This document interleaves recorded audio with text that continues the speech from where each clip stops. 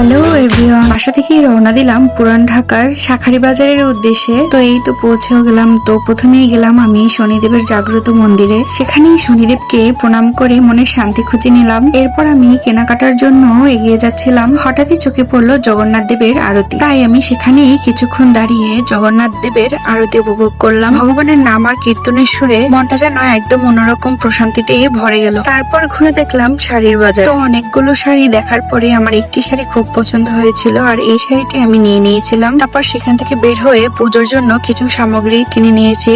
তারপর আমরা চলে গেলাম রক্ষাকালী মায়ের মন্দিরে। আর জানো তো, যখনই আমরা শাঁখারী বাজারে আসি, এই মায়ের মন্দিরে না গেলে আমার মনটা একদমই ভালো লাগে না। তাই প্রতিবারই মায়ের মুখটা দর্শন করে যাই। তো তারপর আমরা সব কাজ শেষ করে রিক্সায় চড়ে আবার বাসার পথে রওনা দিলাম। তো আজকে এই পর্যন্তই, টাটা বাই বাই, সবাই ভালো থাকবেন।